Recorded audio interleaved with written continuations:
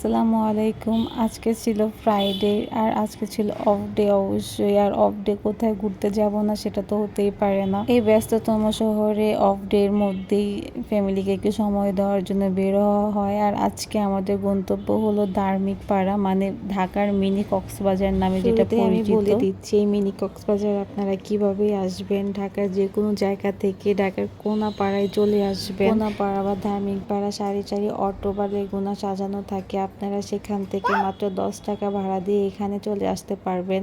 আমাদের বাসার সামনে থেকে যেহেতু ডিরেক্ট অটো পাওয়া যায়, তাই আমরা মাত্র 80 টাকা ভাড়া দিয়ে ডিরেক্ট অটো দিয়ে মিনি কক্সবাজার চলে এসেছি। অটো থেকে নামার পরে আপনার রাস্তার এপাশ দুই পাড়ে একটা বড় ধরনের মেলা দেখতে পারবেন। সেখানে বিভিন্ন ধরনের খেলনা এবং বিভিন্ন ধরনের খাবারের দোকান সারি সারি দেখতে পারবেন। যারা বোটিং এবং কাইকিং অনেক বেশি পছন্দ করেন তাদের জন্য এই জায়গাটা বেস্ট একটা অপশন হতে পারে ছুটির দিনের জন্য। বোটিং এবং কাইকিং এর পাশাপাশি বাচ্চাদের জন্য এটা একটা বেস্ট একটা অপশন। বাচ্চাদের বিভিন্ন ধরনের রাইডস দিয়ে এখানে ভরপুর। আপনার বাচ্চার বিনোদনের সব ধরনের রাইডস এখানে রয়েছে। এখানে ছোটোখাটো একটা শিশু পার্কের ভাইব দিবে এই মেলাটা। এই মেলাটা সারা বছর হয়ে থাকে।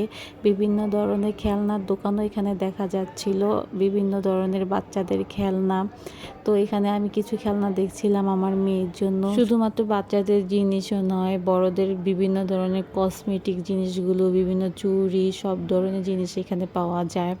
এখানে দেখেন আপনারা বাচ্চাদের জন্য বেস্ট একটা অপশন হবে। যারা বাচ্চা নিয়ে এখানে আসতে চান অবশ্যই আসতে পারেন। কিছু খেলনা আমার মেয়ের জন্য নিয়ে নিলাম। তারপরে এখান থেকে আমরা বের হয়ে যাচ্ছি রাস্তার অপোজিটে যাওয়ার জন্য।